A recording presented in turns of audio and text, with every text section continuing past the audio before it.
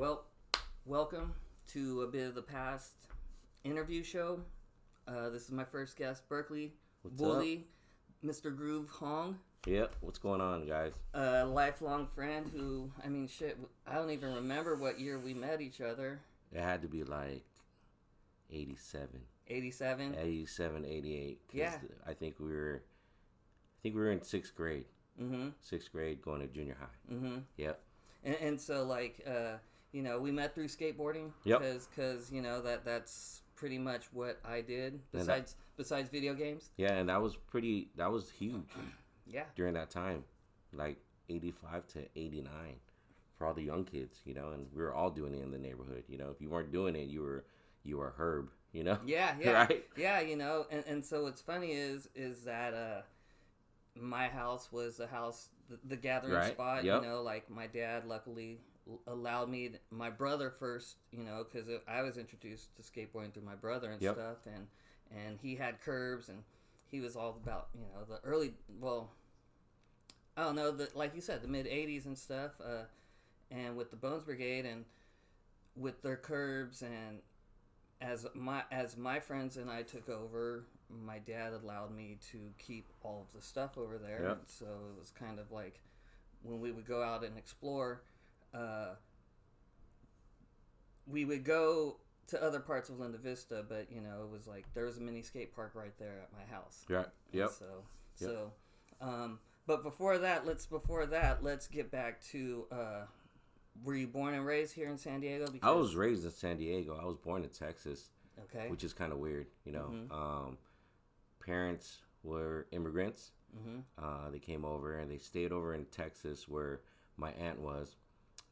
We were there for I think a year and a half, and my mom was pregnant with me over there, and during that time she got to experience the seasons in Mm-hmm. Texas, and it's either extremely hot or extremely cold. She was like, no, we're not doing this. And I think my uncle was already over here on the West Coast, either in Anaheim or San Diego. Mm-hmm. As I come over here, the weather is consistent. It's never too cold or never too hot. So my mom made the distinction, told my dad to go out there, go check it out. He set his foots out here, and then we moved out here with the rest of the family when I was 3 months old. So, basically San Diego is, my hometown. Exactly. That's all I've ever known, Yeah. So first conscious memory and everything about that was San Diego based. Yeah, San Diego based, everything, man. Growing up, I grew up in Westinghouse across from Holy Family. Mm-hmm. If you guys know where that is, that's in Linda Vista. LV. If you been in Linda Vista long enough, you know where Holy Family is. Yeah.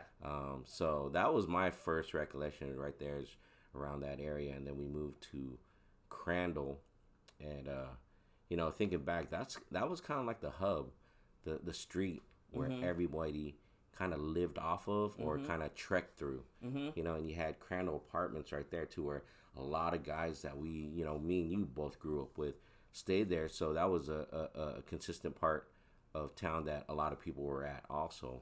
For sure. And then you said growing up, your house was like the hub for skateboarding. We'd go skate, explore, but at the end of the day, we'd end up back at your house, skating the curbs, lawn tramp, hanging out in front, and all the guys in the neighborhood from different parts of the streets that are right there would cruise to your house, mm-hmm. and slowly everybody started having their own little niche. I remember that. I remember Tony had his half pipe near Mario's house, so it was mm-hmm. up the street from you. Mm-hmm. So we were going there, and then everyone else started having little lawn tramps here and there, and so it started to explode. But at the end of the day, like we said, we'd go explore, check it out, and we'd end up at your house. Yeah.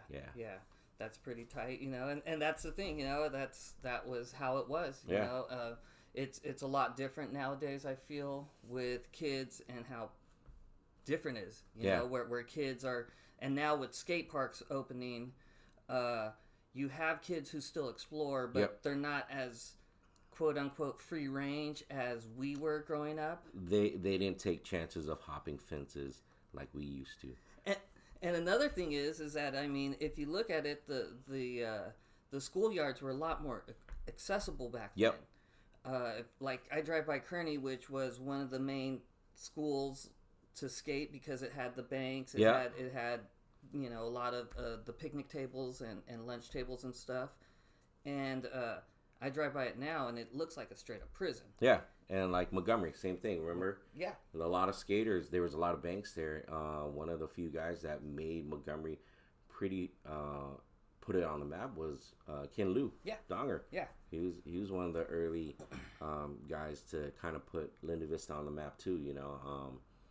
But yeah, I think a lot of these places that we used to go, like you said, Kearney, Montgomery, all these schoolyards, kind of is like a prison now. Like you can't really hop the fence like you used to because there was always some kind of opening you can go through, hop the fence easily, and go skate the banks and everything like that. But now it's like literally you can't get in. You're literally trying to find ways to go under or over, but it's just like that's just too much. And for us being too old, we're with just our like, age. you know, I mean, I would say kids are, the youth. I won't say kids. The youth now is spoiled because you guys got great skate parks. And to think if we had that at that age or like when we were younger, I think we would have excelled a lot more in skating, because we had the accessibilities for, a mini bowl, a manual, curbs, rails, and everything like that, For sure. It would. That's what I was telling my wife when we were driving by it one day. Was I was like, what if this was here when we were kids? Yep. I probably would have. Of course, my parents would have stuck with me and been like, finish. You have to go to school. Yeah. Get at least your diploma.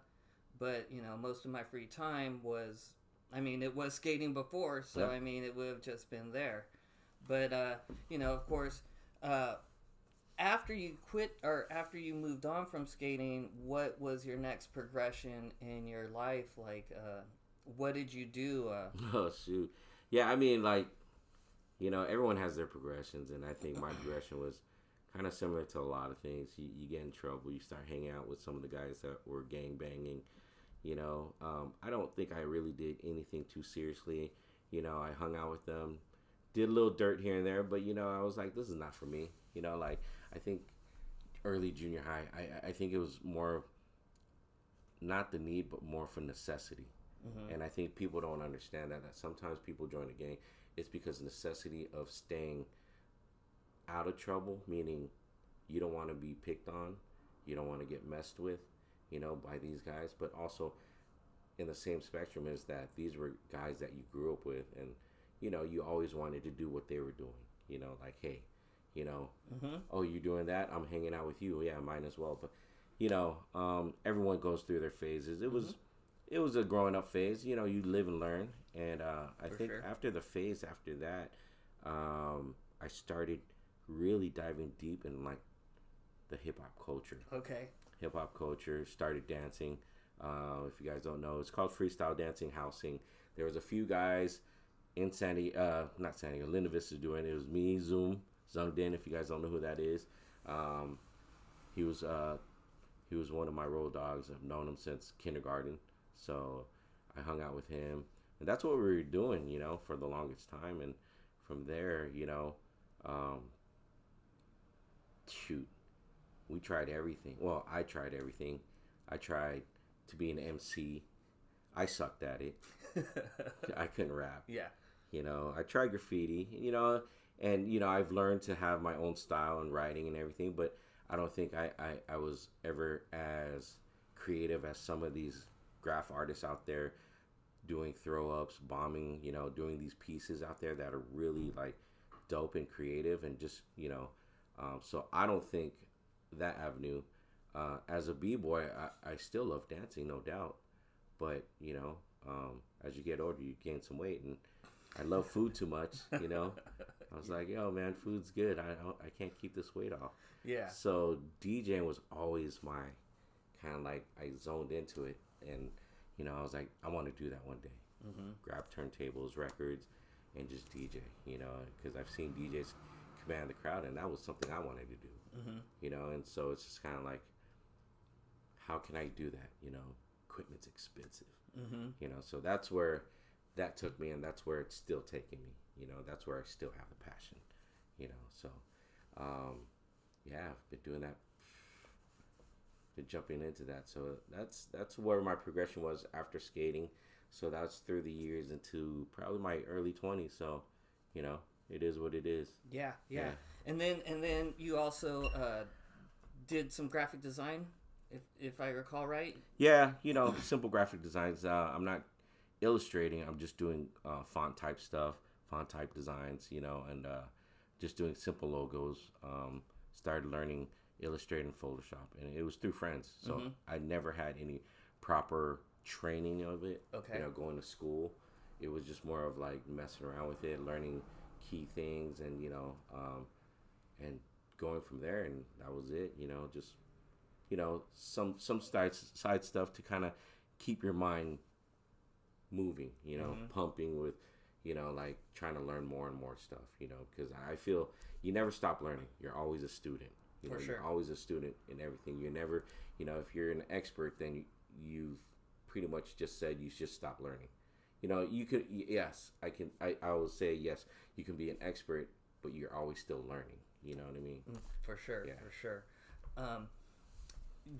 And if when we were talking and before we even like years ago or like last year when this idea came up, you said that you designed some shoes, if I recall right. I was a product developer. Okay. For footwear. So I helped with the process of the concept from where the designer would come up with the ideas, and as a product developer, you're the guy pretty much putting them back in the zone because they like to think outside the box. You gotta kind of help them put them in the box because now you're looking at price point. You're looking at, you know, like if you're gonna bring this to the market, they gotta be a certain price point, be competitive, you know, with other silhouettes out there that are comparable to yours, you know. So you really gotta kind of like how I say it is a designer is like an architect. He brings his architect to an engineer, which is a product developer. What do you think?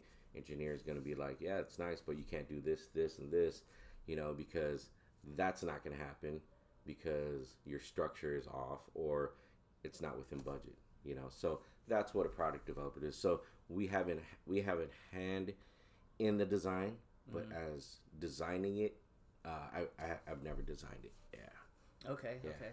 But that's cool, you know. I mean, that's just a field that I mean, just what's funny is that when you were describing that, it took me to the Simpsons episode where Homer met his half brother, who owned the car company, right? And then they ended up, and he was like, "Here, design a car," and he just went out of control in the price range, and it just made me think of that, how you would have to reel in because. That creativity of that person, I mean, their ideas, like you said, maybe so far out there that they're, you know, it's like, okay, you may think it may work, but it's not going to sell. It's not going to sell. The price point may be way out the box that you're like, what are we competing at? You know, who are our competitors? And look at their price range. The only way to get to this price range, we got to take X and O's and out here and there just to make sure it matches up. Yeah. You know? Yeah. For sure. I mean, thank you for answering that question.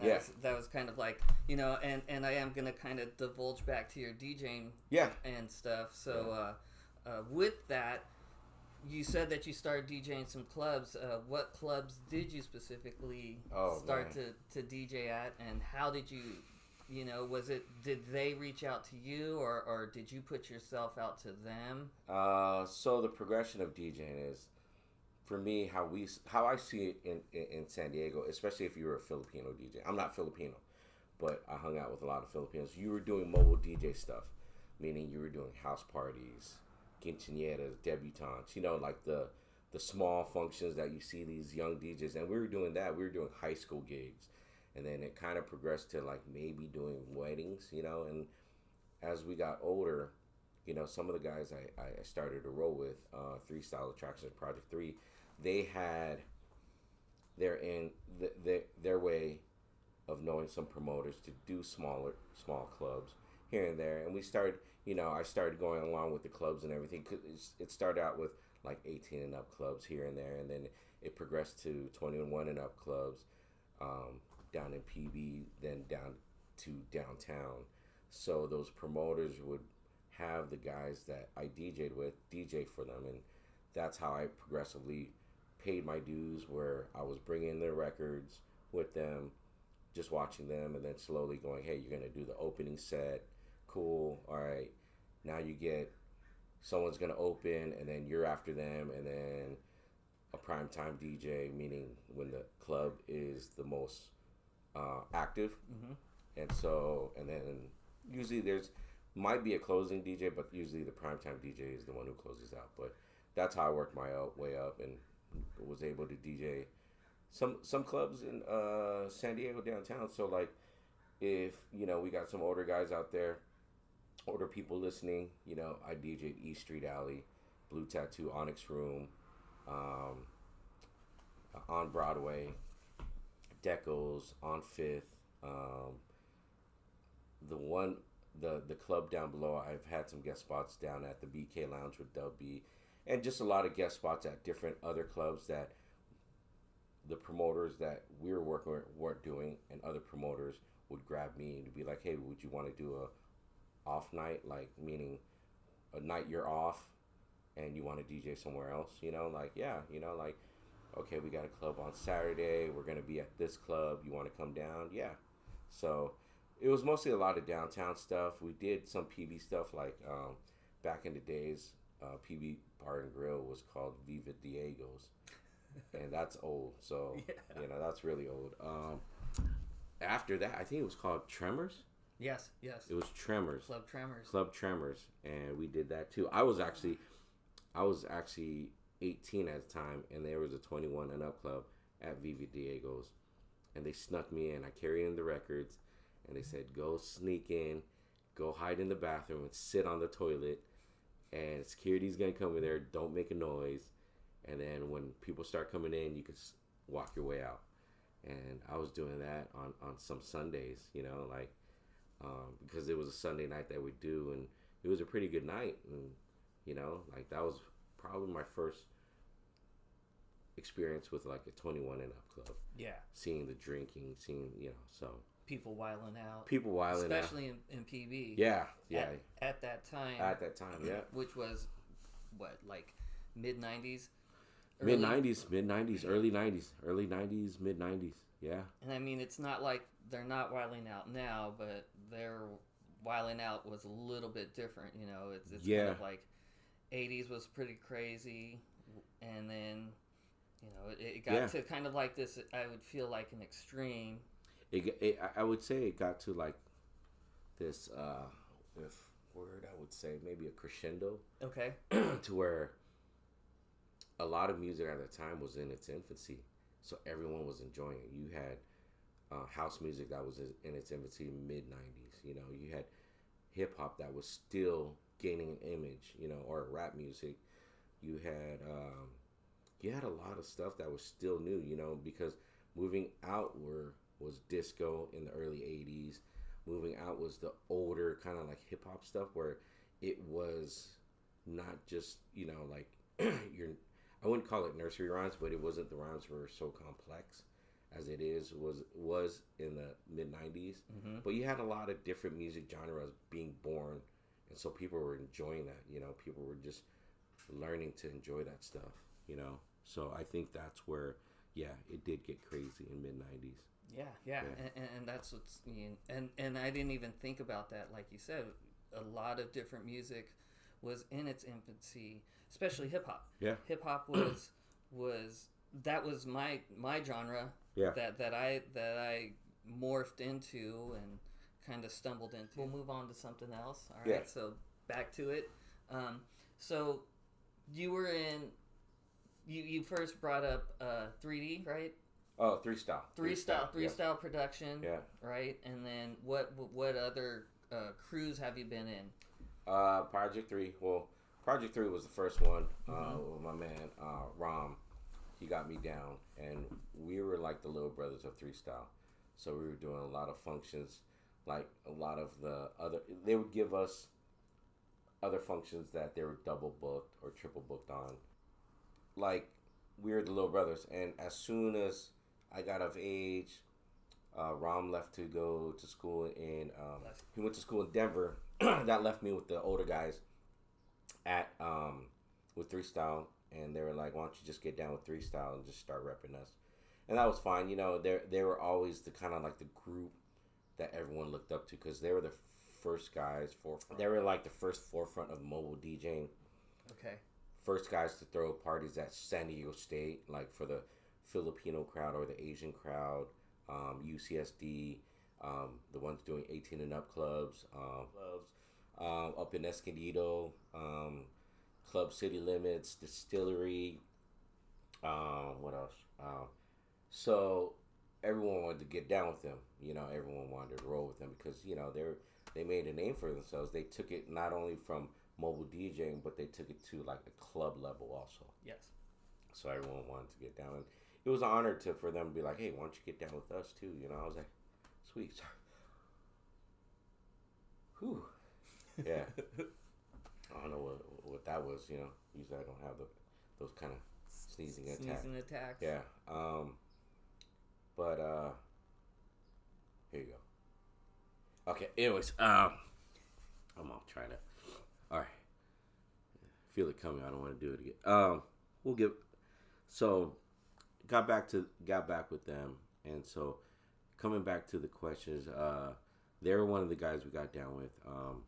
We were at the time too. There was a lot of like groups that we were also linked up with. Okay. We were linked up with MIA, Modern Image Attraction, another brother group, Fourth Dimension down south, Silly Entertainment.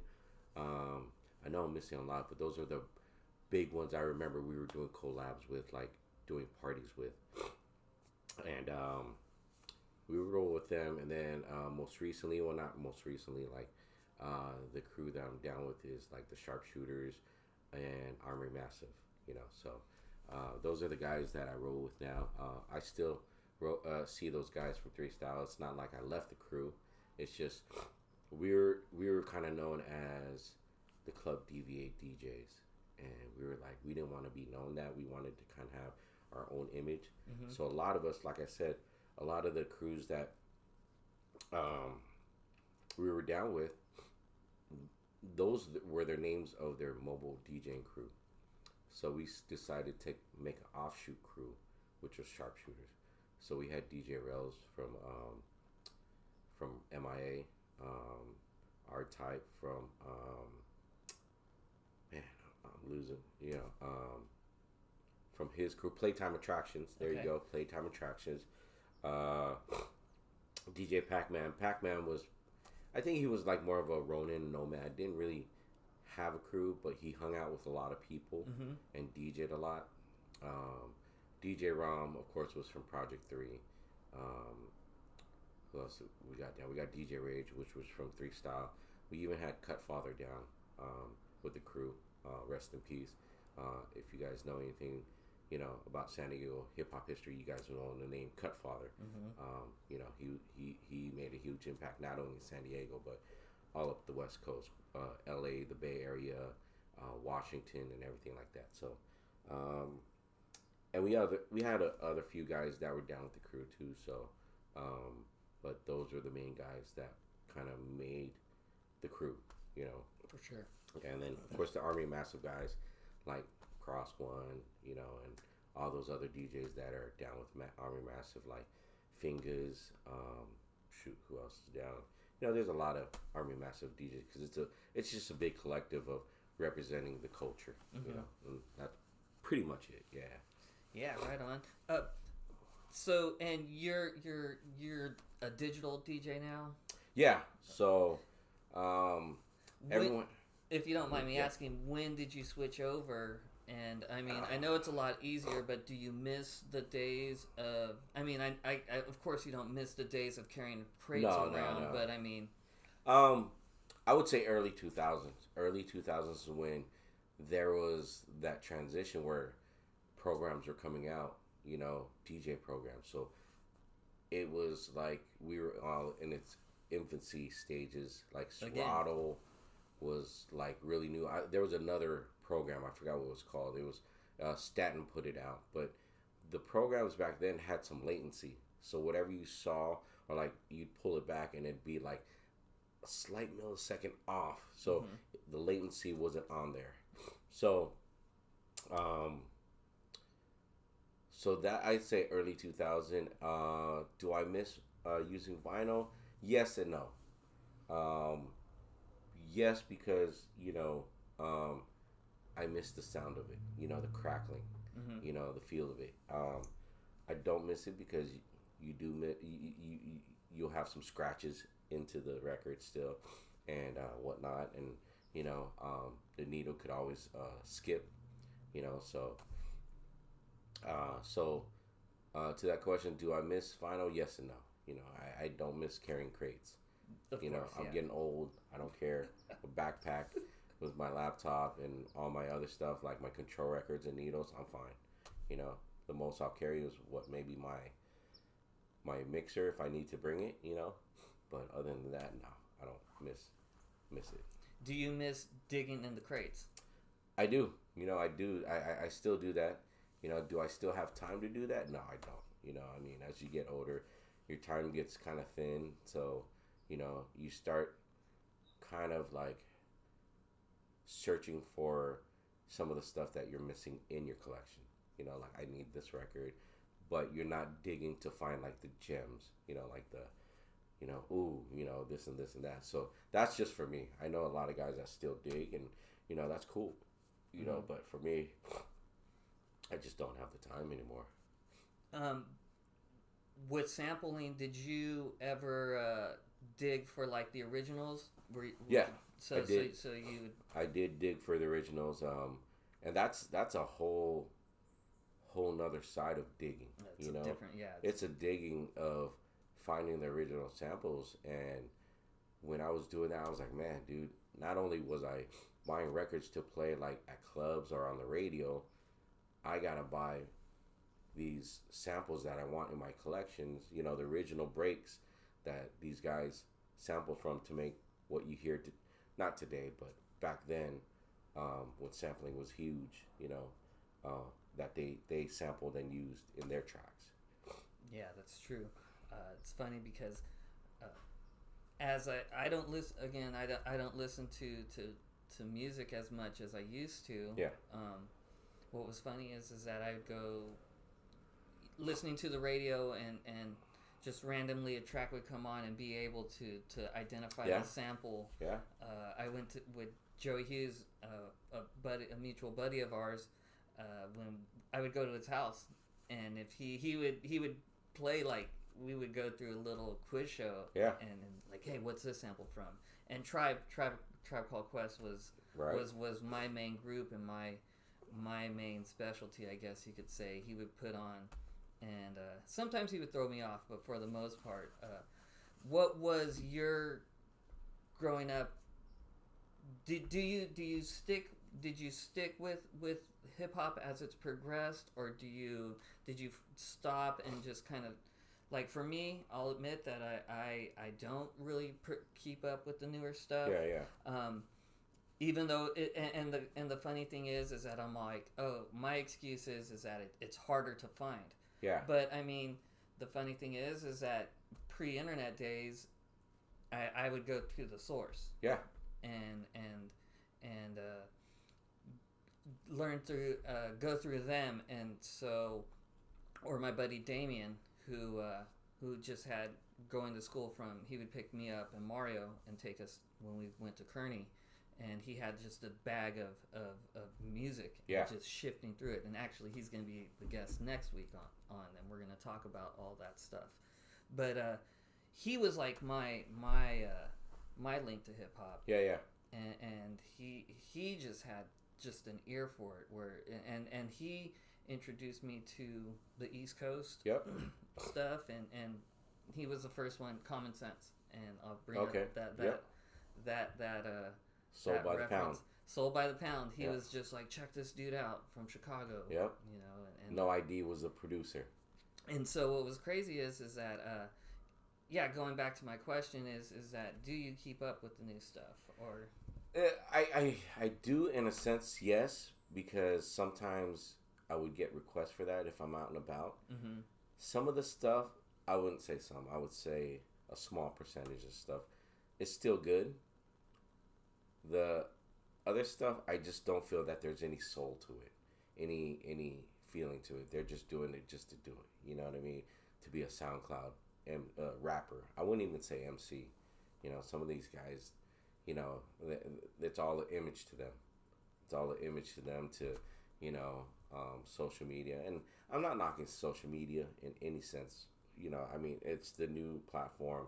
People are getting paid off it. But back then, everyone had to do their due diligence of promoting. You know, you had your promoters, your A&R, your record label reps, to pass the word, you had your tastemakers, you know, you had your stores that were breaking music or like selling stuff going, hey, check out this new track, you know, I just got it in, listen to it, cool, I got it here, you know. So for me, back then, listening, back to your question, do I keep up with it? Yes and no. You know, I'll get the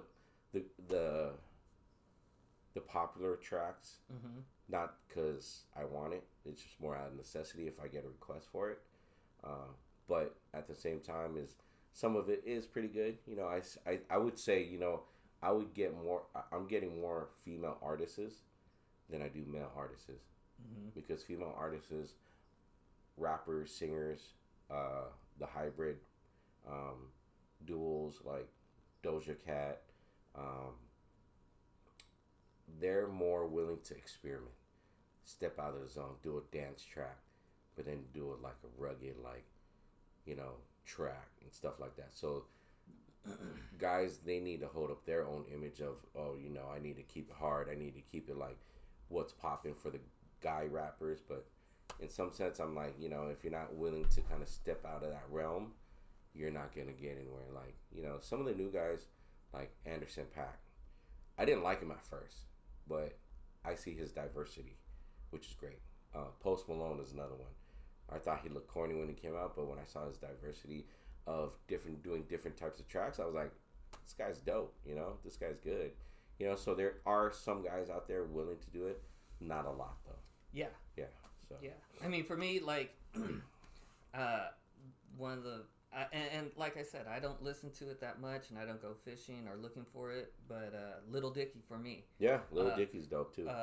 Watching his show on Hulu. Yep. That's what introduced me to him, and I remember just listening to the name. Yeah. You know, and that's the thing too, is kind of like some of the names that are out there. Yeah. I mean, my brother works at a print shop, and his I think one of his coworkers was into some of the new stuff, and you know, like talking about like Little Peep or Little Xan, and my fun reaction is that when we were at the height of hip hop, when we were 18 in our coming up, I remember just naming off some of the names to him at the time, like Busta Rhymes, or just some of the outrageous names. Yeah. Some of the groups just had some crazy ass names. Yep. Like, I mean, one example is Young Black Teenager, and they weren't even black. They were all white dudes. They're all white.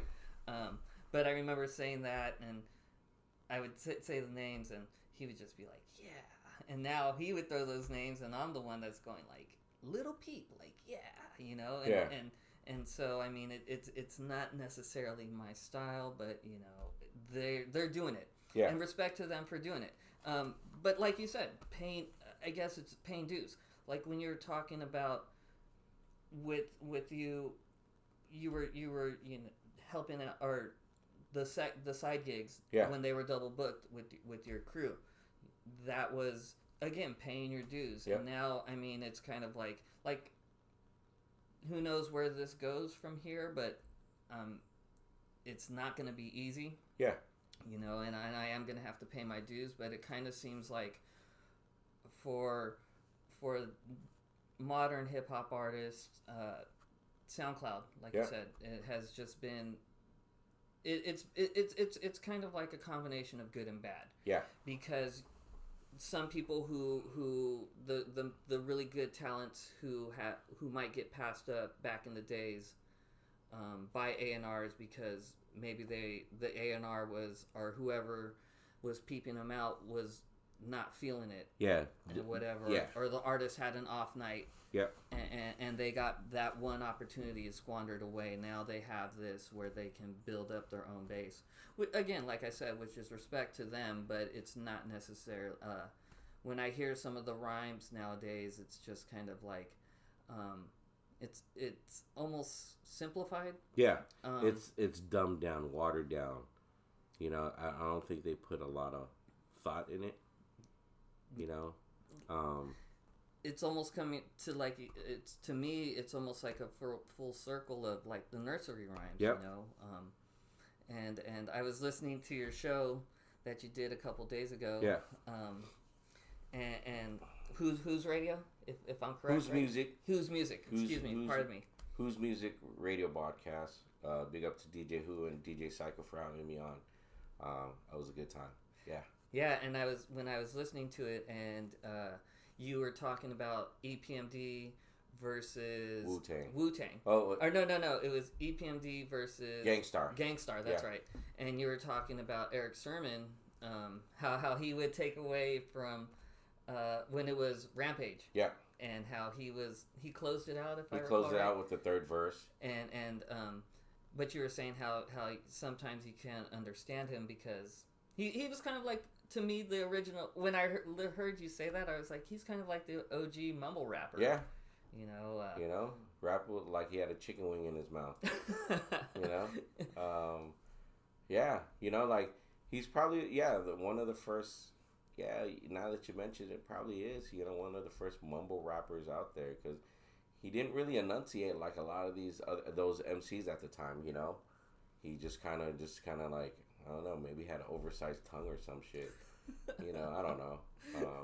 I'm just making shit up. But, you know, I mean, and respect out to Eric Sermon for sure. Yeah, you know, he laid the foundation. He laid some of the dopest tracks out as a producer and as a rapper and MC with EPMD, even solo, you know, a solo artist, you know. And he put together one of the dopest crews out there, like the Def Squad, Keith Murray and Redman. Those two were just ill themselves, you know, and I think Parrish got the bad hand of it. He got DOS effects. Yeah. And if you listen to, like, now that I look back on it, like, my friend made a point about it. He goes, you know what?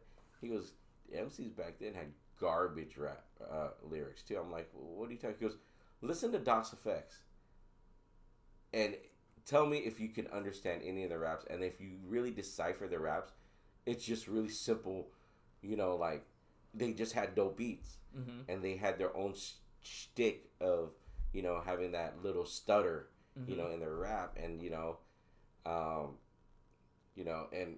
but it was a still, you know, you're like, oh yeah, you're right, you know, and people only back it up because that was their era, you know, that was my era, you know, and I'm not gonna lie, I was like, but then I have to admit it to myself and be like, you know, you're right. DOS Effects had some garbage lyrics. Like, what were they rapping about?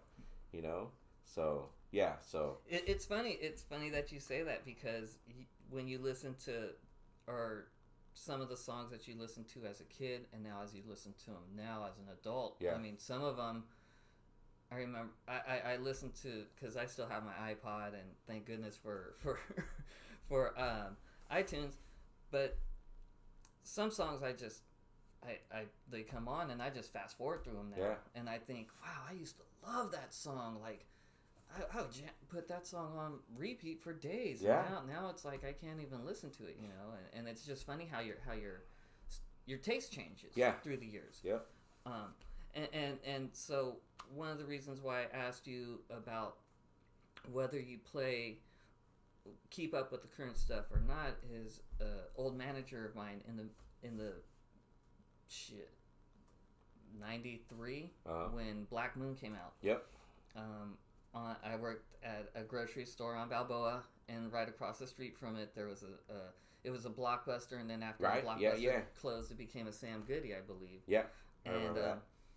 I remember going in and asking them, do you guys have Black Moon? And they were like, what? And I was like, well, can you order this? Yeah. Came in, ran across the street, picked it up on my break, came back in, and I showed my manager, and I was like, this is the album right Yep. here. I was like, I've been waiting for this for such a long time. Yep. And his name was Kevin, and I was like, Kevin, you have to check this out. Yep. And he told me, Jesse, you're gonna get a point in your life where you're gonna like the music that you like, that you grew up with. And when he said that, I was like, hell no. Like, I was like 18 years old. Hell no, I'm straight hip hop. You know, I was like, at that point, I was straight. I dressed in New York style. Yeah. I was, like I said, I was Tribe Called Quest, De La Soul, Black Sheep, Native Tongues. On the West Coast, Souls of Mischief. Yeah. But don't get me wrong, I did have my respect for Dre, Ice Cube, but some of the other stuff, like I remember you were talking about E40. Yep. And from the Bay Area. Mac Dre, some of the stuff. Yeah. I just couldn't. I just didn't identify with it. Yeah. And I just, that was music that I just ignored, and I kind of regret it for being closed-minded. You know, I was just, like I said, I was just strictly East Coast. Yeah, you know, and as that happened, but it's funny because it became true for me. Yeah. But don't get me wrong, it's not like I closed my mind to all new music, because if it does catch my ear, I will admit, you know, my wife, she keeps up with newer stuff, and it'll play, and I'll be like, all right, yeah, that's pretty tight. I could, yeah, you know, like, there is good stuff out there, but again, it's just having that love, and unfortunately for me, I used to love her, just like Common said, you know, the song, and but again, I do love hip hop through and through, but it's just like, it's evolved to something that I cannot identify with or actually relate to, you know, which is, it is what it is. Styles changed, people change, and taste changes. Music's gonna always evolve, and that's the one thing I understood. It's gonna evolve. Either you evolve with it and change with it, or you get left behind. Mm-hmm. I've kind of embraced it, you know, but for me, embracing it also meaning that I needed to discover other music also. Yeah. You know, I didn't want to pigeonhole myself as just knowing hip hop. So one of the things I sayings that was told to me as I started DJing, they're like, yeah, you know, once you can't find any new music to listen to, there's always old music you haven't discovered yet. Mm-hmm. And that's true. You know, there's times where I get so bored of the new stuff that I start listening to old stuff and start digging for other stuff, and then finding like, wow, I didn't know about this track, I didn't know about that track, I didn't know about this artist and stuff like that. So, you know, do I think music is finite? No, I think it's infinite. Mm-hmm. It can range from everything. You can start listening to maybe some percussion stuff from the Mediterranean, from the you know, Caribbean, you know, the drums. So it's just one of those things where you're just like, holy crap, you know, like, I never knew this existed. And like I said, it's just like, you're always, if you haven't found new music that you haven't heard yet, there's old stuff you haven't discovered yet, you know. Sure. So for me, I would say, you know, like, I was just like you. Back then, it was just my way of finding new music was Yo MTV Raps, Rap City, The Source, Double XL, finding, you know, Unsigned Hype, you know, mm-hmm. Word of mouth, dude. I remember when this dude named Vietnam, fucking a b-boy from he's from the Bay. There's a group up there, Rock Force. But he was down here, living in San Diego. He told me about this white MC that kills it, was in the Rap Olympics, lost to this guy named Juice. And I was like, what? Really? He goes, yeah. His name's Eminem.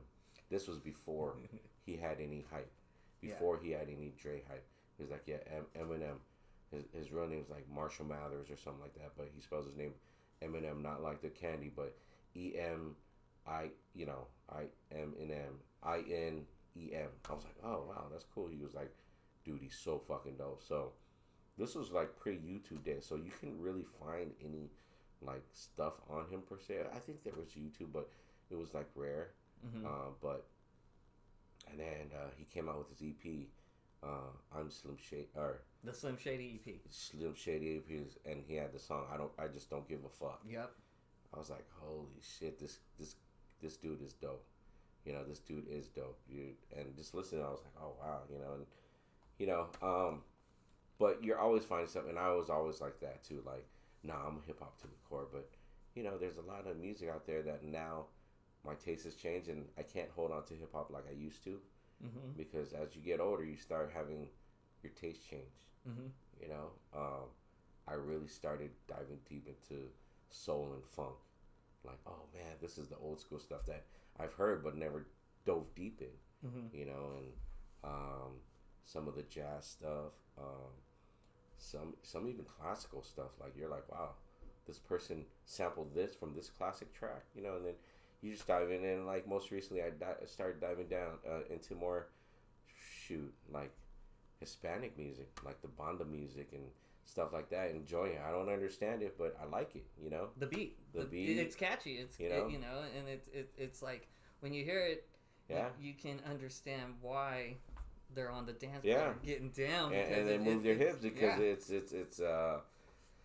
it's kind of hypnotizing. You know, so that's the one thing that's great. You know, so yeah. Do you find an appreciation for music that you listened to growing up that you didn't like, that you listen, like if you hear a track, like for example, for me, my dad listened to a lot of Santana and Earth, Wind and Fire growing up. Yep.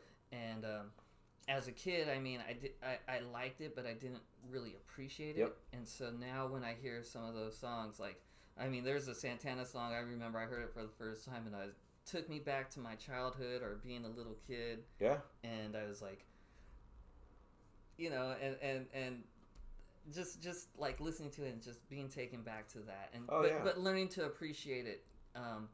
Like, say, even stuff from the like hair bands. Or punk rock. Yeah, I definitely do. Like, there's a lot of stuff that I wish I really, really appreciate. Like, fuck, I started listening to the Ramones. Fuck, I never listened to the Ramones. You know, Earth, Wind and Fire. Fucking, one of my favorite tracks from back then is Suavecito. Fuck, I would hear it because we grew up in a neighborhood with a lot of Hispanics. They bumped in their cars. And we would hear it, but we didn't really appreciate it. But now I really appreciate it. You know, all the funk stuff. You know, like all the old school funk. Because now it's me playing it. And me having to enjoy it. Because if you don't enjoy playing music, you know, I know there's some tracks that people don't like playing. That's fine, you know. But if you don't appreciate, you know, like or appreciate the music that you're playing, you really shouldn't be a DJ then. You know what I mean? Because, you know, but yeah, going back to it, yeah, there's a lot. Like, man, what else is there that I started listening to that I heard, but probably Sade is a big one. Okay. You know, Sade was huge. I remember my older relatives listened to it. I'm like, whatever, you know, it puts me to sleep. You know, but now it's like appreciative. I think she's the most soulful, sultry, you know, R&B singer out there. And seeing her live, that was it. I was like, I'm a huge fan. Like, you know, I was already a huge fan, just appreciating her music. But when I started live, I was like, that's it, dude. No one could top her on sultry R&B queen. You know, like, dude, her tracks are timeless. You know, her voice is also timeless. You know, yeah, a lot of hair bands too, like maybe Guns N' Roses, like Red Hot Chili Peppers. You know, starting to, you know, really appreciate those older stuff that you would hear. Like Metallica, I never really appreciated them. I appreciate them now because I'm starting to listen. I'm like, dude, I like that stuff. You know, do I really dig deep and a fanatic listening to their whole album? No, but there's certain tracks that I do like. You know, a lot of their popular tracks, which made it popular, that I appreciate now listening to. You know, yeah, man. I don't know about you, but for me, skate videos, they have really helped me open my mind to new music, and it was probably, well, the H Street they had their well, they had 4 videos if I recall right. Their underground one was this is not the H Street. This is not the new H Street video, which was a promo video, and that was it was a bootleg tape, and they had like AC/DC. They had copyrighted tracks on their skating, and that was like, if I recall right, one of the first times that was copyrighted music or music from bands was actually put on to skate music. Yep. And that helped introduce me to like AC/DC, Bad Religion. But as the years have progressed, and I mean, like when you watch newer videos for me, you know, some of the music that they put on I don't like, but some of it I'm like, and some of the kids they put on, or the younger, like you said, the youth, they have, you can see their appreciation because they'll put on some older songs. Yeah. But let's move on from that, and let's move on to you're a black belt in jiu-jitsu, correct? Yeah. How long have you been practicing? How did you discover it? You know, just can you elaborate on that? Man, jiu-jitsu's always kind of been like, ever since UFC 1, you see Horace Gracie in there just arm-barring everybody. You know, and everyone, I think that's what hit the craze. I mean, jiu-jitsu's been out for a long time, since the early 70s, with the Gracies in Brazil, but I think that's where it sparked my interest. I've always wanted to see what that was like, grapple, you know. I also did want to do some stand-up, you know, some striking, but, you know, who likes to get punched in the face? I don't. Yeah, of course. I would see it. I would kind of mess around with friends here and there if they had mats, but we didn't know what the hell we were doing. My first taste of it was, we had a friend named Charles. He was a purple belt under Fabio Santos. Fabio Santos has a school over near Mission Gorge. And he was a purple belt, and this was early 2000s, and to have an American as a purple belt, that was rare, you know, because most of the time, you guys, in those early days, you would go into these gyms and they were just killing each other, and some people are like, man, I'm getting too injured, man, I can't continue training. And for him to be a purple belt at that time was crazy. So Charles, we had some friends that were law enforcement, Chula Vista PD, that were training, that we were down at when Old Thai Ranch High School first opened up. One of the guys that was part of his patrol was Old Thai Ranch, and the wrestling coach said, you know, he has a key to the school also, and the wrestling coach goes, yeah, you can use the mats as long as the wrestling team isn't practicing, no problem, you know. So we picked out days and we would cruise down there, and he would teach us simple stuff, no-gi stuff. And then, like, that's really where it sparked my interest. Like, I gotta really do this. This is interesting, man. I got a guy that's, shoot, at the time, Charles maybe was 155, and I was like 185, 190, and he was tapping me out. Oh, wow. Like, I was like, how do I, you know, like, that's always one of those things you think about. Like, how's this guy way lighter than me tapping me out, you know? So, then we would train, and then I got a job up in Carlsbad, so I couldn't cruise down to Old Thai Ranch to train anymore. So it didn't really, I didn't really search out for a school at the time. And for like 6 years, I didn't, for 6 years, I didn't train. Okay. And then one of our neighborhood friends, John Afrenier, goes by Yaya now. He's been training, and he's like, hey, I'm starting a school. You know, I'm going to start training in my patio in the backyard.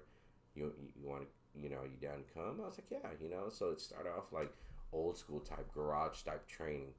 And it kind of built to where there was people there and we were getting proper training, you know. And he was the guy who got me in a gi or a kimono, because I didn't want to train in a kimono. It was too hot, and, you know, I just wanted to train no gi where you just got your rash guard and shorts. He was like, if you're going to train, bro, you got to get a gi. I was like, oh, fuck. So I got a gi, learned to deal with the heat in there. Mm-hmm. And then from that point on, that's it, man. I've been training for about 10 and a half years now. Okay. I got my black belt last November. Congratulations on thank that. you. And so that's about it, and still training.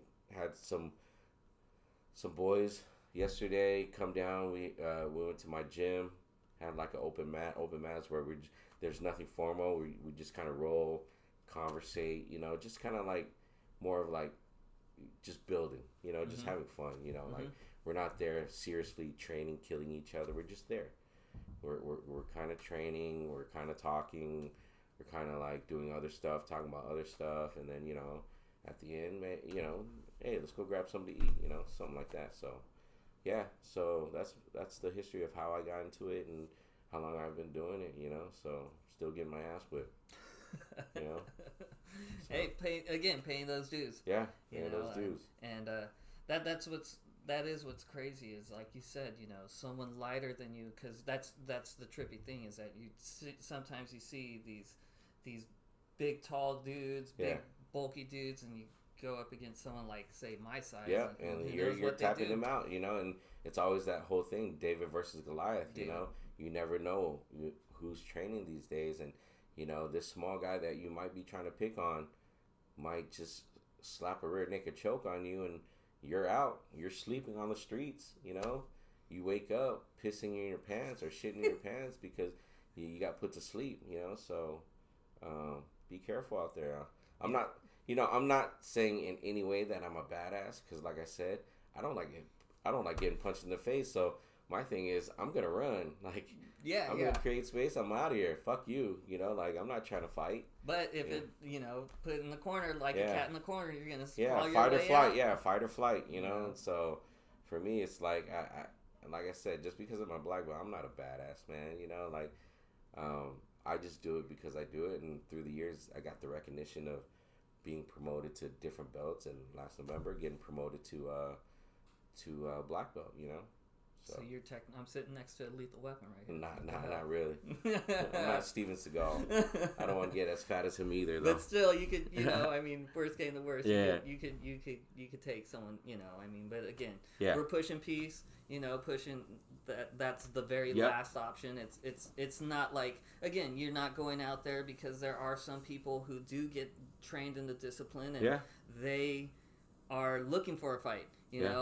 Or they may have that short fuse where, it's like they're gonna go at it. Yeah, really exactly. Quick. Yep. And the funny thing is that I learned the hard way. Yeah. I did something very stupid, and I think we all did. And through the years, I almost got my ass kicked, and I kind of my yellow streak was on straight as I was running away. That yellow streak was on my back. But, hey. Fight or flight. I flew because I knew that this dude was like a hell of a lot bigger than me, and he was gonna beat the shit out of me. Yeah. And he rightfully had a right to, because of my actions. And but at the time, I thought that I was in the protection of my work, and I thought that I could have the work protect me. But when you see somebody outside of work, when you're hanging out in that area, sometimes you're gonna get called, or you're gonna have to pay those dues. Yeah.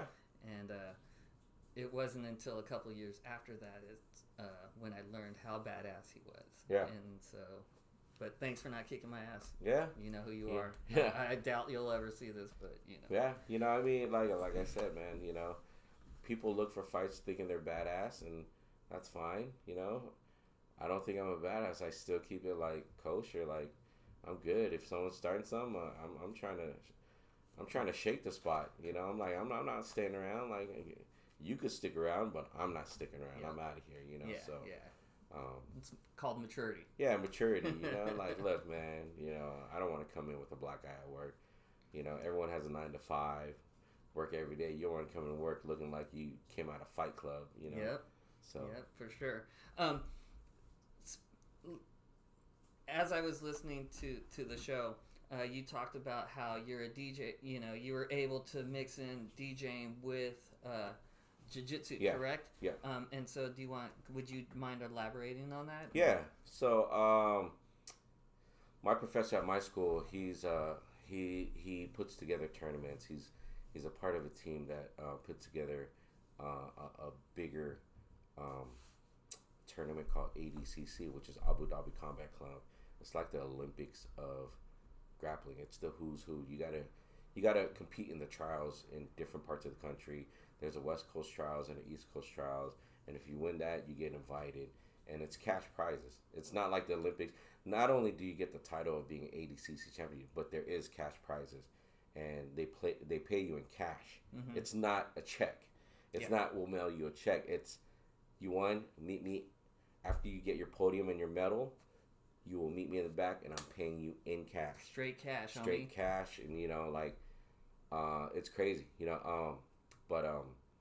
so when I started training, he knew I DJ'd because he was actually a good family friend from back in the days, and he was training and I wasn't training, and he even knew. He was like, so when I started training with him, he was like, hey, dude, I'm throwing a tournament. You want to do it? You want to DJ it? I'm trying to change up the whole landscape of tournaments, because if you ever been to a tournament, it's boring. There's no music.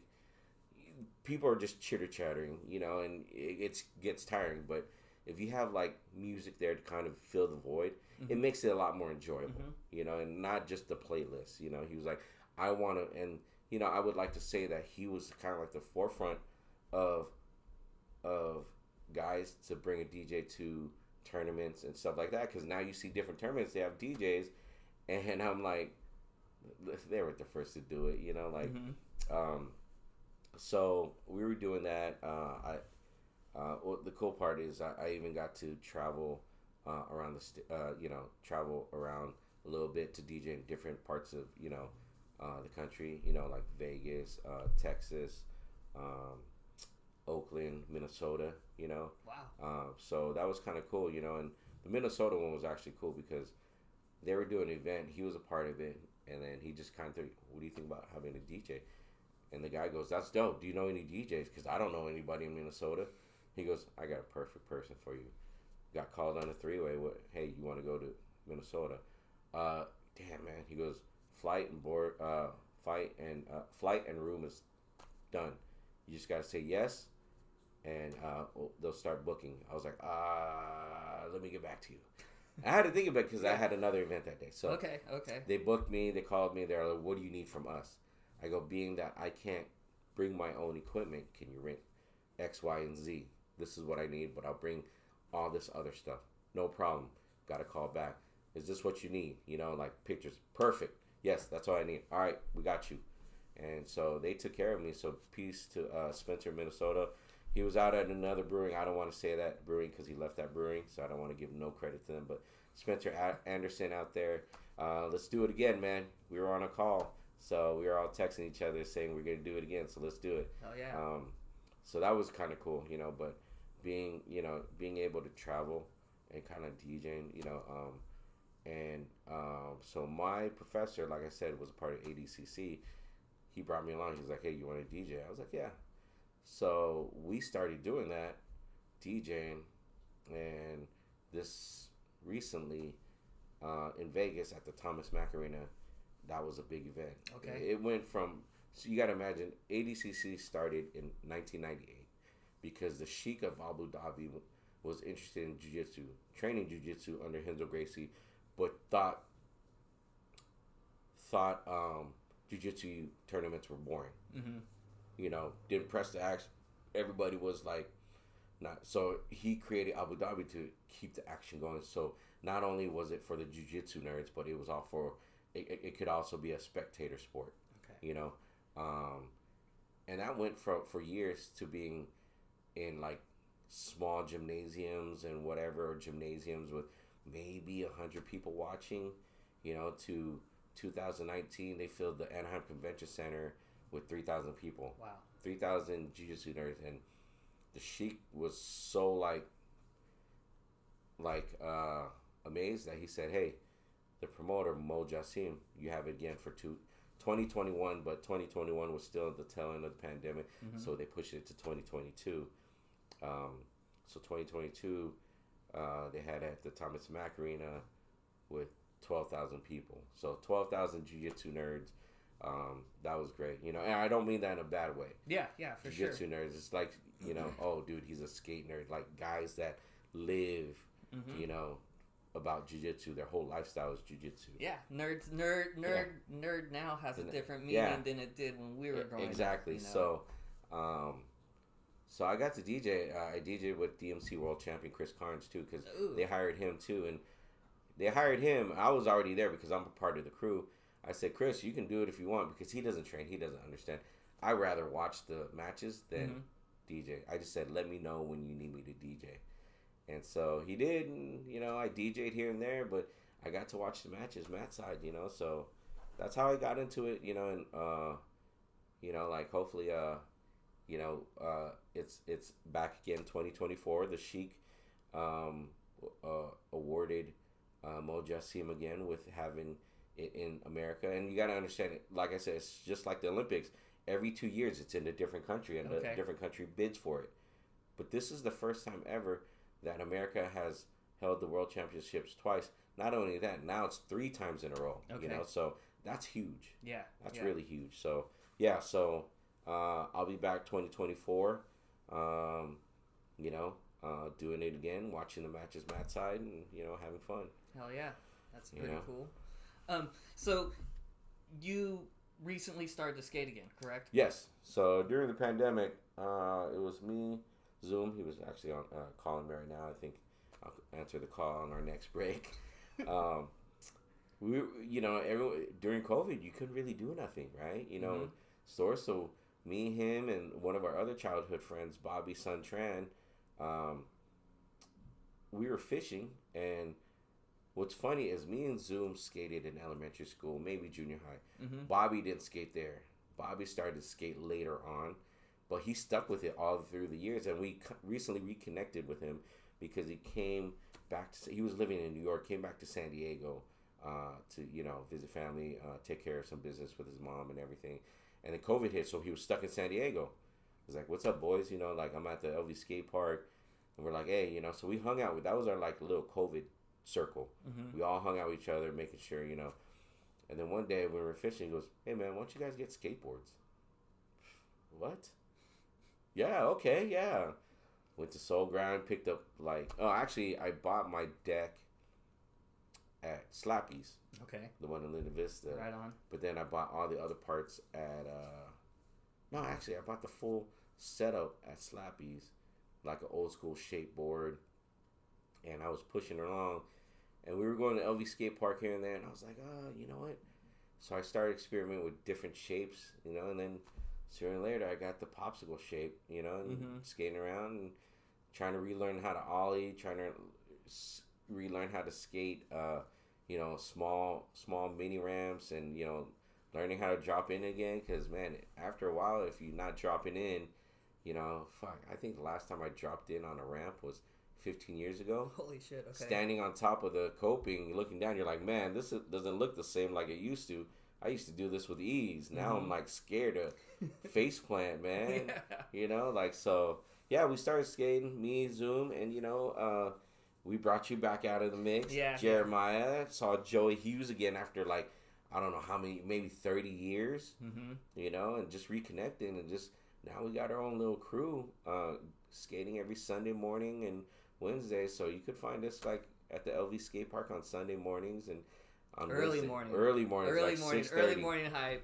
Yeah, early morning hype. Get in there before everyone else does, or with the sun before the sun starts to bake us. You know, Wednesday afternoon. So we all try to get together and just kind of skate. And, you know, sometimes we're not skating. You know, sometimes we're just conversing, just having good banter. You know, and that's the whole thing about it. It was just bringing that vibe back again. You know, like, we may be a little older, you know, but, you know, we still enjoy kind of skating, pushing the board around, you know, and just talking. Now we can sit around and have beers and not have to hide the beers because we're underage, and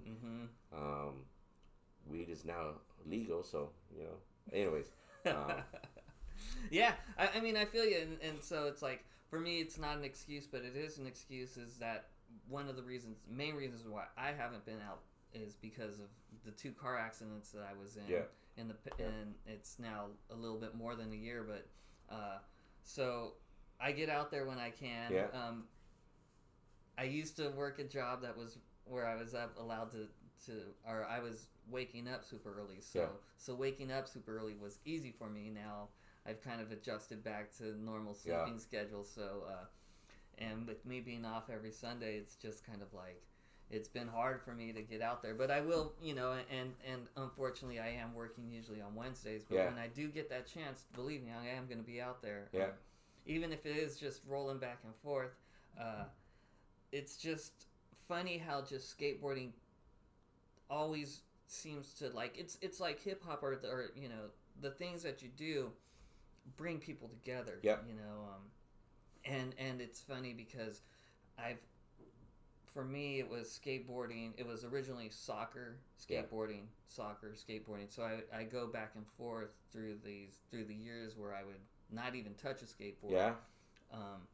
And so it was about I don't even want to estimate how long I was off a board, but I remember when I hopped back on the board, and I mean, cruising for me is easy. Yeah.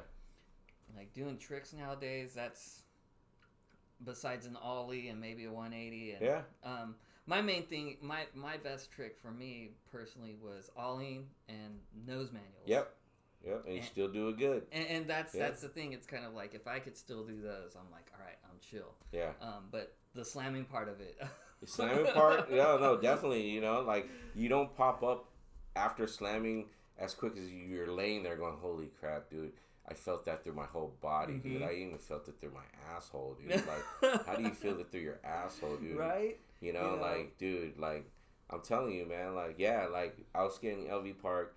I thought I was really getting used to this transition. I hit the transition, and I guess I had a wheel bite, and it caught, and I went rolling, and fell on my elbow and on my shoulder, and I just laid there, and I remember Zoom come up, oh, yeah, are you all right, man? I was like, dude, give me a minute, dude. Like, no, literally, give me a minute, dude. Like, I'm going to get up, but give me a minute, dude. Like, let me catch my bearings, because that sucked, Right.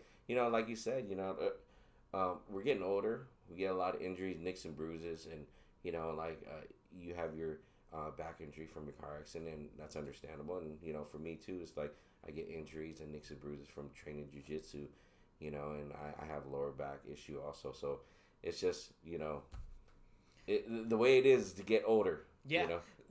Well, what's funny is that it's kind of like, when you're walking or doing other things, you kind of feel it. But then once you get on the board, it's like your younger mind takes over, and the adrenaline takes over and all of that, and your old self gets turned off. Yeah. And then it's like once you stop and stuff, and you go and shower, or you start feeling the aches and pains from the skating. Yeah. And it's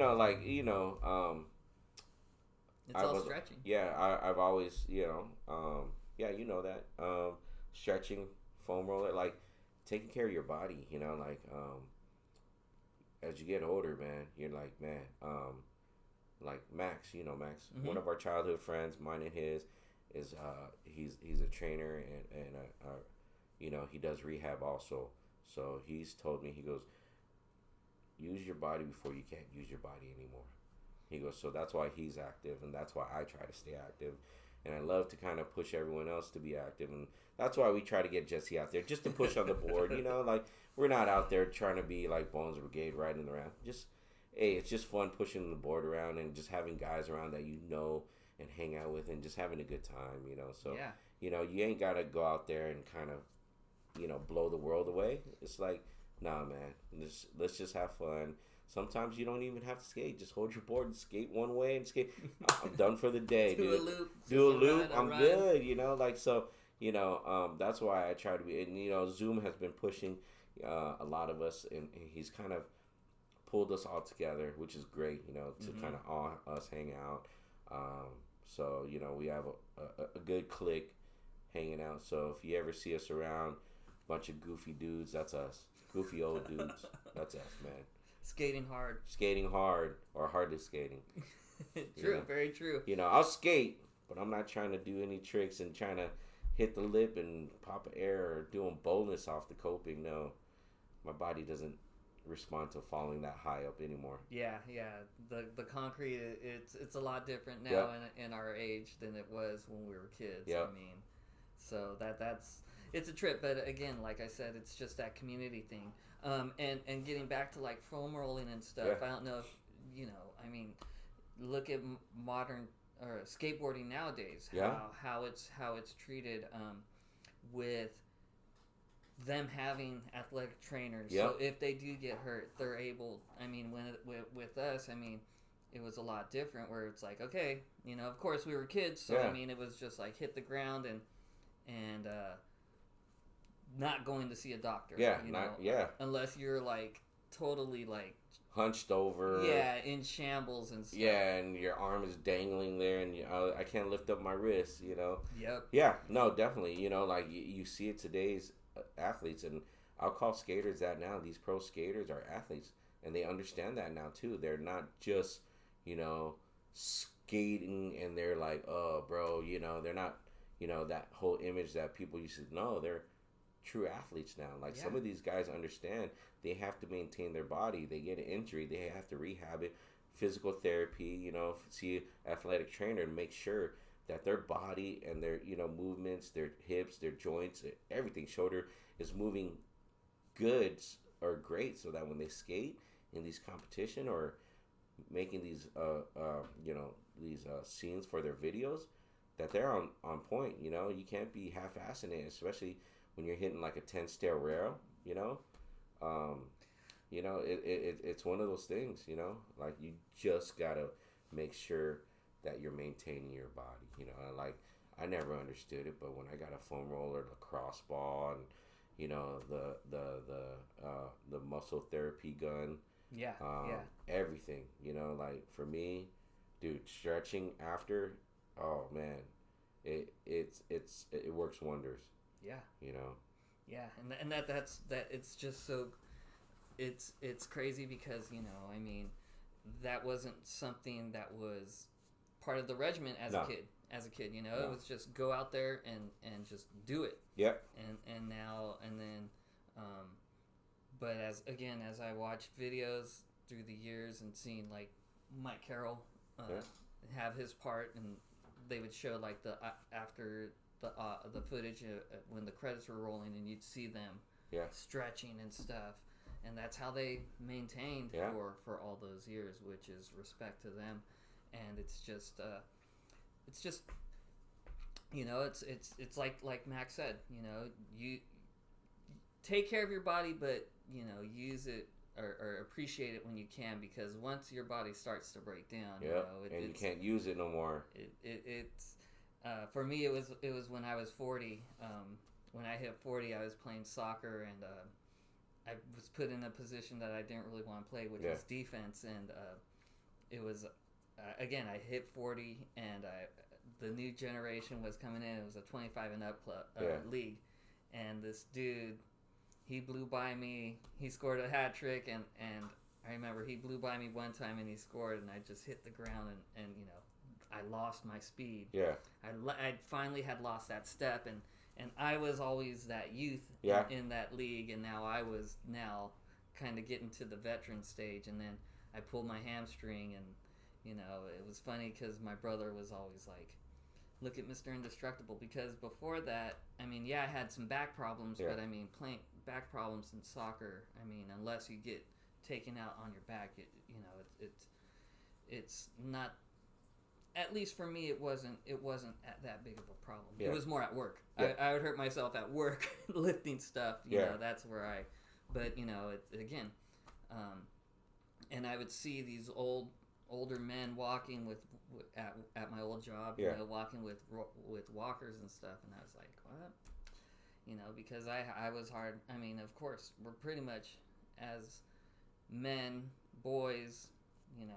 We're pretty hard on our bodies, and so it's just like you said, it's just how you maintain it and how you take care of it after is gonna prolong it and stuff. Exactly. So, is there anything else you would like to add?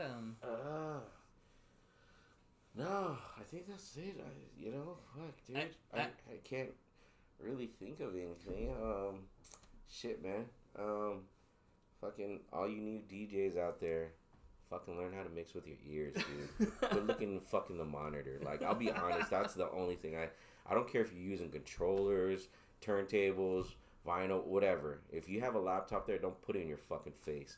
Don't have your fucking face all up in the fucking laptop like this, man. You know, like, look at your crowd, look at the camera, whatever you're doing, you know. Yeah. On Twitch, crowd, get the laptop out of your face, you know what I mean? Don't be all up in the monitor, you know. That's my only thing, you know.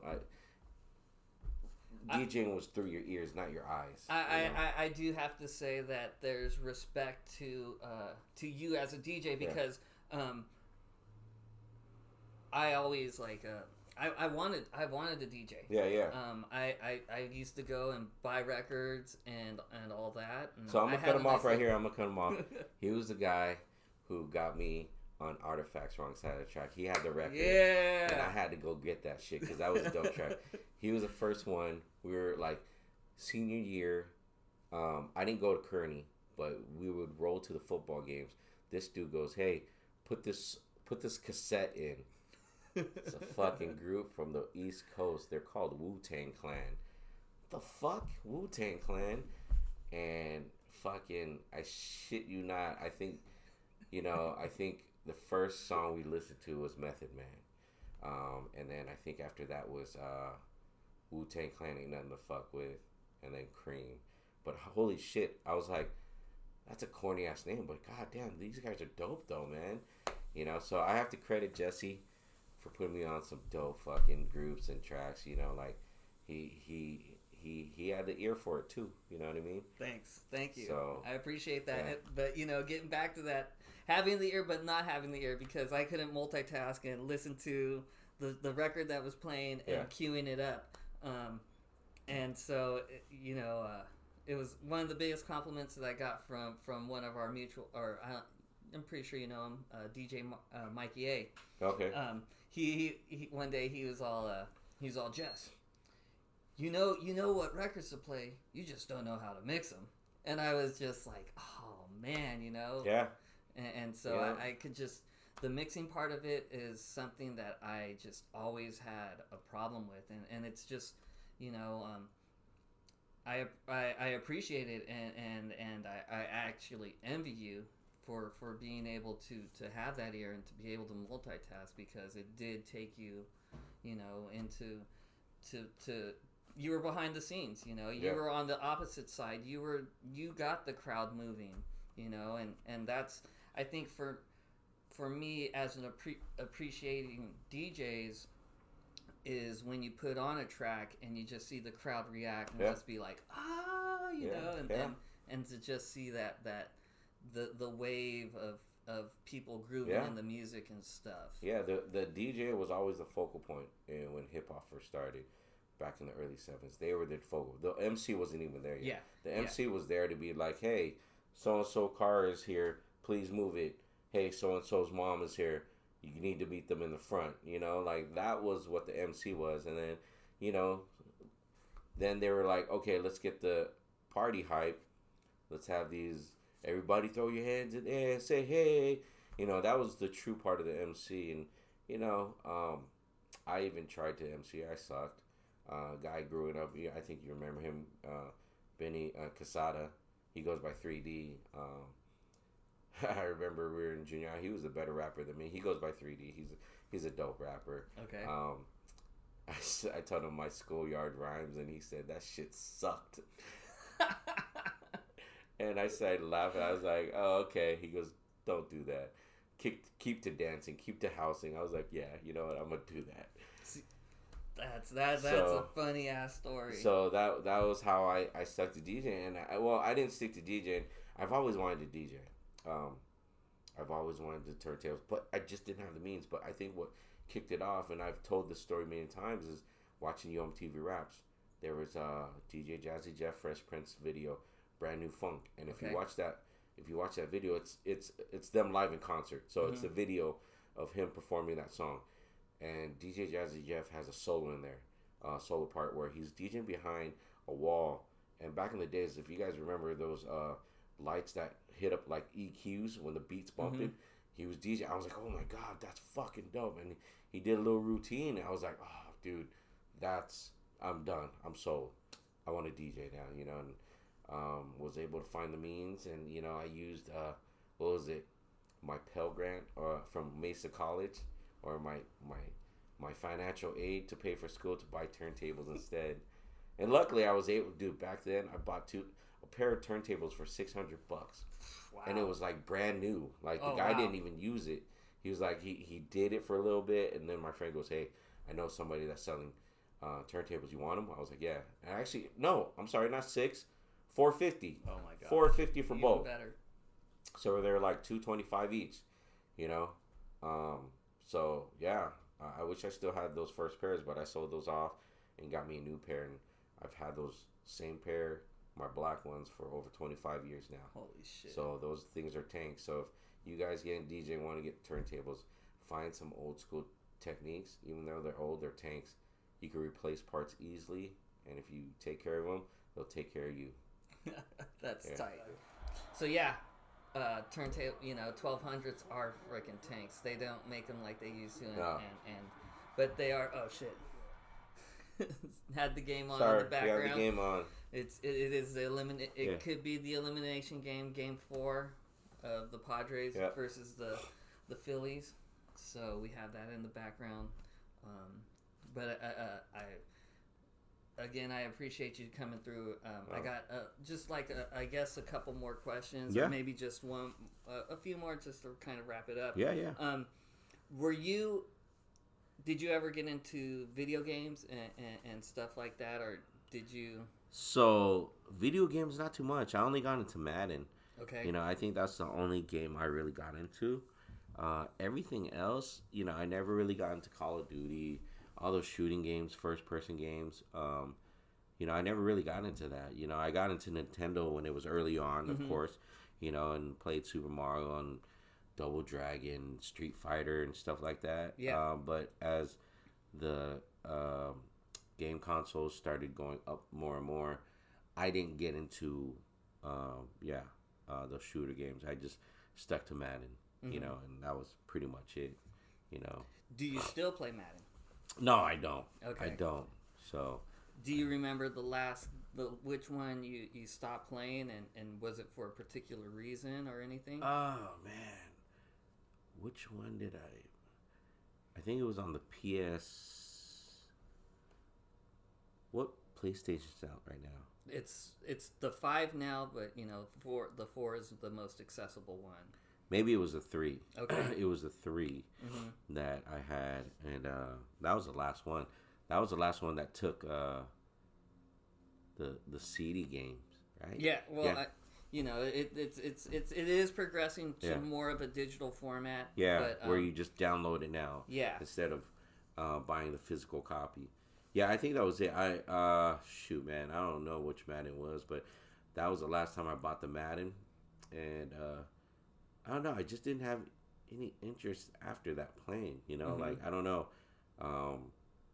It just kind of got, I guess you could say, kind of like stagnant for me to play Madden. Because I didn't play online against other people. I just played against the computer. So yeah. Well, it's funny that you say that, because that was going to be my next question. Is that, did you play? Excuse me, online and stuff, or no, didn't get into that. Didn't really get into that too much. I played maybe a few times, but then after that, I was just like, it's cool. I was getting my ass whipped anyway. So. Yeah, see, and that's the thing too. It's kind of like you play. I still play. I play FIFA. Yeah. And I'm on the PS4 still, but I still play FIFA. And, okay. And I get my ass kicked, and it's just funny because, here I am, a 46-year-old still playing. Yeah. And you never know who's on the other side. Right. It could be a 12-year-old. It could be someone your age. Yep. Anything in between. And so, but sometimes, at least I think I could kind of tell who's a younger person by, at least with FIFA, you could get kind of fancy with it, with step overs and all these different moves. And me, I'm just kind of like a straightforward player, where I just am like, I'm gonna play the way that I play in real life, Yeah. and that's it. You know, if I score a goal, like they put in all the celebrations and stuff, and when I score, I'm just like, let's get on with it. You know, Yeah. I don't because I'm not that kind of player in real life, so why am I gonna project that on the game? Exactly. But yeah, it's just funny because, yeah, the way that I remember playing FIFA one time and going through a whole season and spending that time, and I remember I finished and I won the trophy, and the trophy, like, by the third or fifth game of the quote unquote season, I had already, you know, I had kind of rigged it where I was going to win it no matter what. Yeah, anyways. Right? Yeah. But I remember when I finished with when I won it, I remember I was just like, the lack of fulfillment in me, where I was just like, okay, I just wasted, you know, accumulated, you know, a week's time, and there is, you know, it's just to watch the screen and a computer generated player holding up a trophy. Exactly. And stuff. Yeah. And that's where I was just like, okay, I don't know how much longer I'm be able to continue with this, as opposed to for me online, that challenge is there where it's just kind of like, you don't know who you're gonna play. Right. You know, you could play someone who totally sucks or someone who is just, you know, light years ahead of you in their play. Again, I like the last few games I think I played, I've given up at least 5 goals and I've scored like maybe 2. You know, or I should say 10 goals, 5 goals each game. Yeah. Where and I'm not like the type of person. I take my ass whipping, especially with, you know, I try to avoid fights in real life, but when it comes to video games and stuff, I'm gonna take my ass whipping like I'm supposed to. Right. Whereas opposed to a lot of people, they tend to quit. Yep. One example was this guy was beating me like 14-0, and this is on the PlayStation 3, and you were able to send messages through the console, and I was trying to send him a message, and he just kept on scoring, and he sent me a message, and he's all, just quit. And I was just like, no, I'm taking it, I'm gonna take it, you know. And he just ran it up, and then damn. But when I play somebody like that, I tend to pass it around and not run up the score as much, because I mean, you know, if I was more, you know, you never know. That might have been the straw that broke the camel's back, and that that person may never play the game again. Right. And stuff, yeah. You know, but it's just that challenge, you know. Oh yeah, definitely. Yeah. So, but yeah, I was just. It's funny because, you know, I haven't played. Jokingly, I haven't played Madden since '93. You know, because it just got a little too complicated for me. Oh yeah. And it's true, if it's in the game, it's in the game. But I mean, I don't want to know that much of the game. I want to, you know, I'm a Tecmo Bowl. It was like Tecmo Bowl kind of mind when it came with me in that game. And stuff. So, but yeah, you know, let's see. I know I was gonna ask you about top fives and stuff. Yeah. But, you know, I think I'm gonna skip that. You know. Okay. We'll any I'm not a big foodie. I'm a very picky when it comes to my food. But, what's your favorite food? Do you like to cook? Oh man, you know what? I don't consider myself a foodie, but I like eating good food. Mm-hmm. So I like to go around town finding all these, not hidden gems, but gems that are like good. You know what I mean? Like, I don't like to be a gatekeeper to it. Like, if I find something, I'm gonna let people know. Go here. You know, go here. What have I got to lose? You know, like, I found it. You know, do I cook? Yes. Do I cook great? No. I cook stuff that I know I can cook. But I'm always willing to learn. You know, like, shoot, I think it was like 5 years ago, I finally learned how to cook a turkey. You know, really? Okay. Yeah, and that came out great. You know, do I like any Foods, no, I like all foods. Like recently I've been eating a lot of birria. Birria is great. But I love Mexican food, Hispanic food, Latino food, Asian food, Chinese, Vietnamese, even like the Mediterranean, Middle Eastern food, Indian. Oh, dude, I love Indian food. So spicy. You like the yeah, spice? I could eat spice. Yeah, I could definitely eat spice.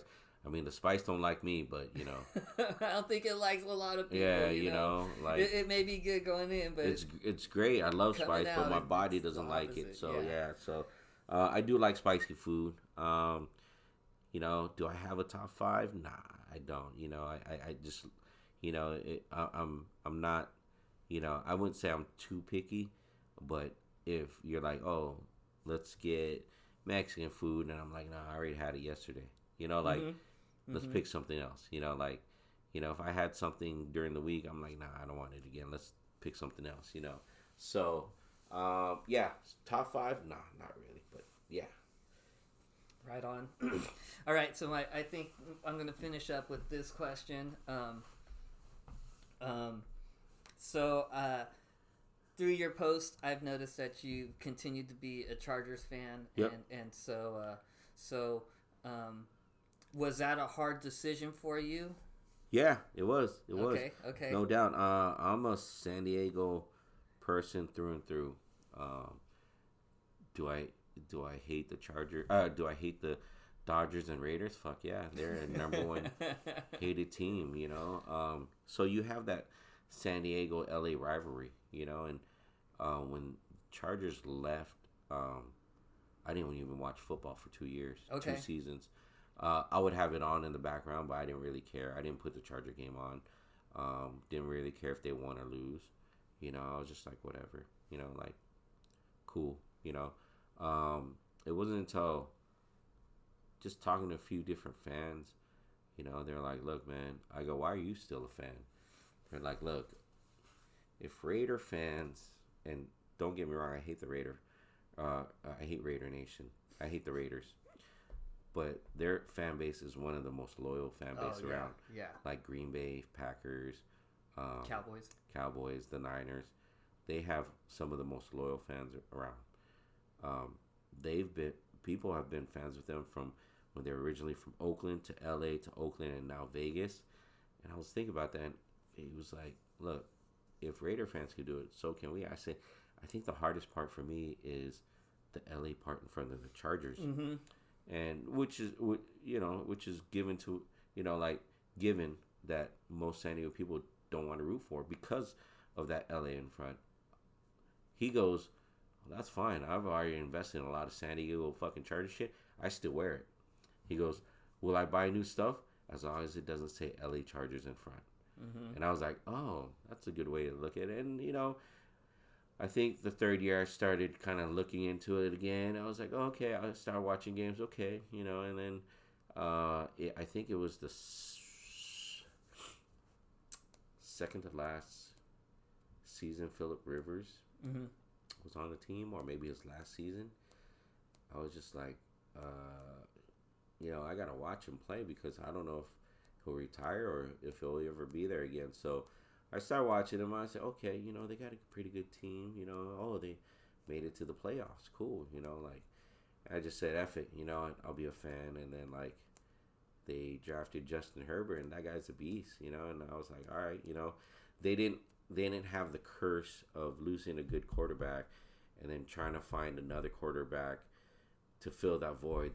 They were lucky to draft somebody that was a beast, and he's filled in the role perfectly to take over the team and hopefully take the team, to the playoffs and hopefully one day the Super Bowl. It's one of those things.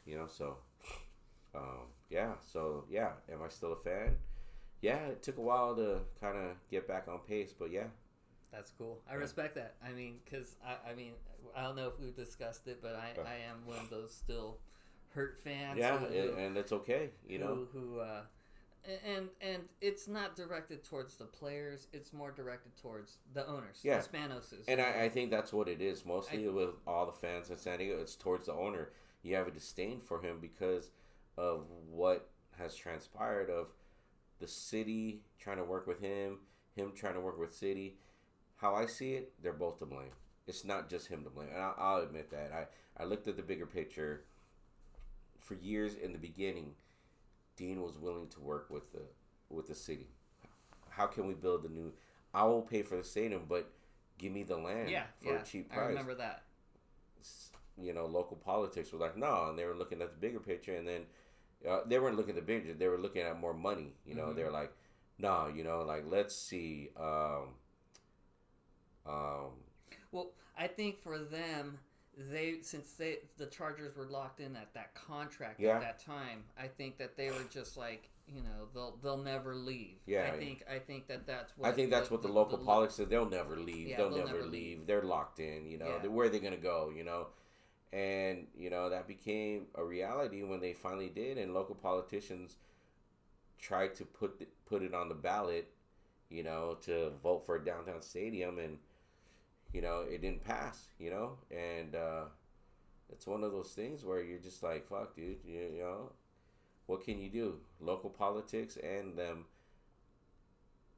didn't do their due diligence, not do their due diligence, but didn't try hard enough. Yeah. Like city politics dragged their feet in the beginning, and then when Dean was like, fuck this, dude, I'm done, then politics were, the local politics were trying to pick up okay, let's try to find you, a way, and then Dean was like, okay, this is what I want, and then they weren't really willing to meet in the middle or compromise, because Dean was like, I was willing to compromise with you, now you want to compromise with me, I don't want to compromise, so it was like a back and forth, like petty shit, so pissing game. Yeah, pissing game, like who has the bigger dick, and at the end of it all, they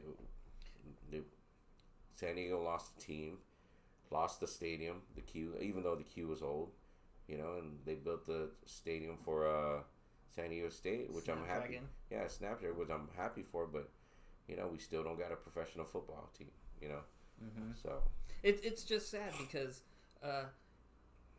broken heart, it's hard to mend. It's hard to mend, and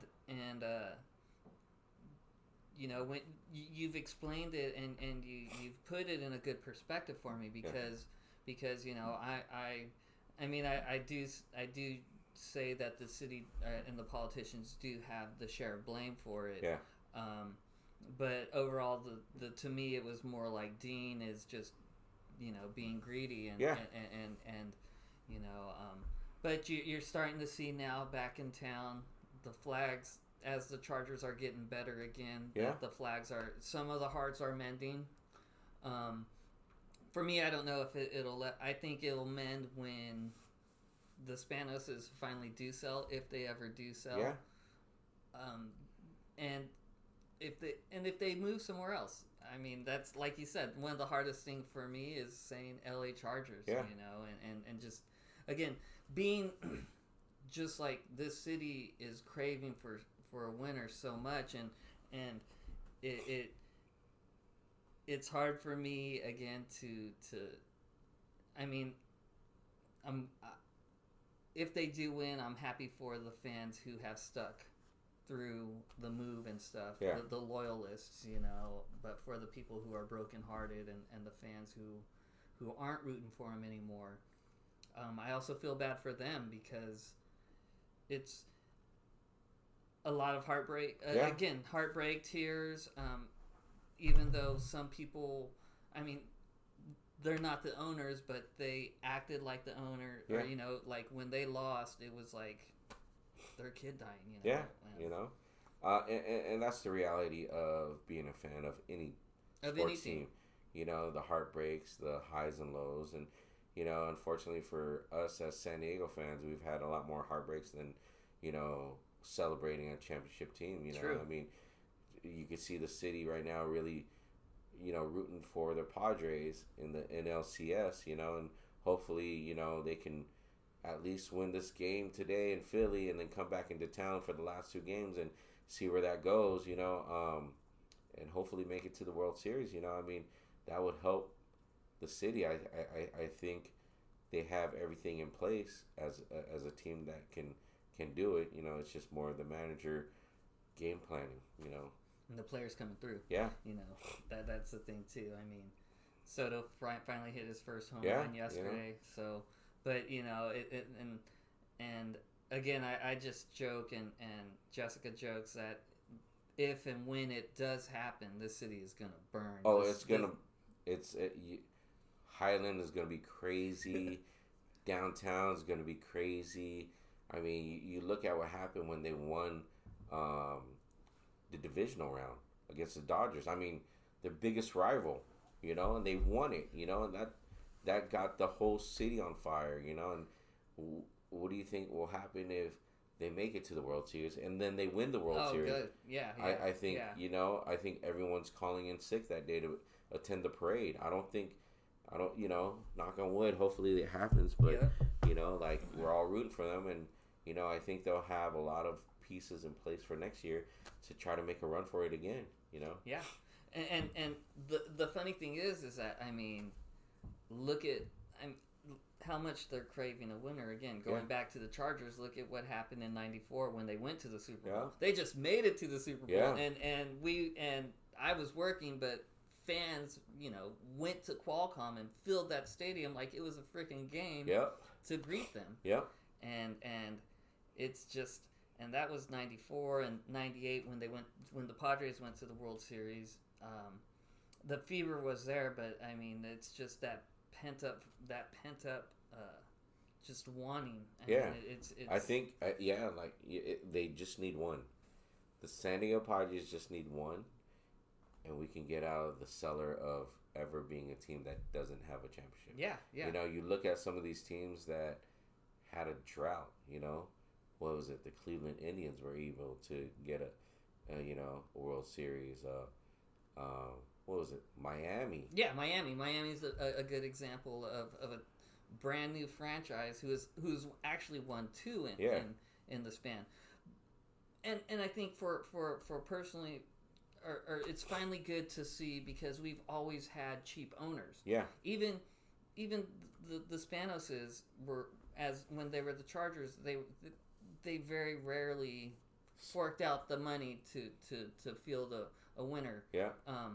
But now with the Padres and their owners having to actually put out money to put out a winner, and it's like, because I think that was one of the things throughout the years before this was, okay, yeah, they're building, they let's work it through the farm system and build it up.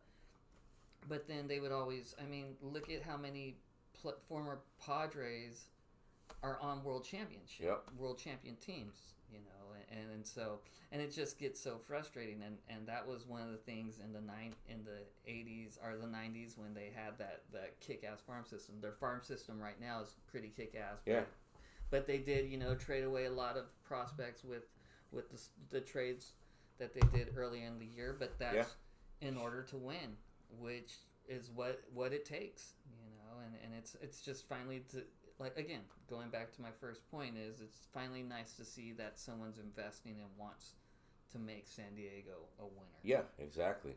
You know, and that's the great thing, is that now they're starting to see, hey, we're going to have to spend money.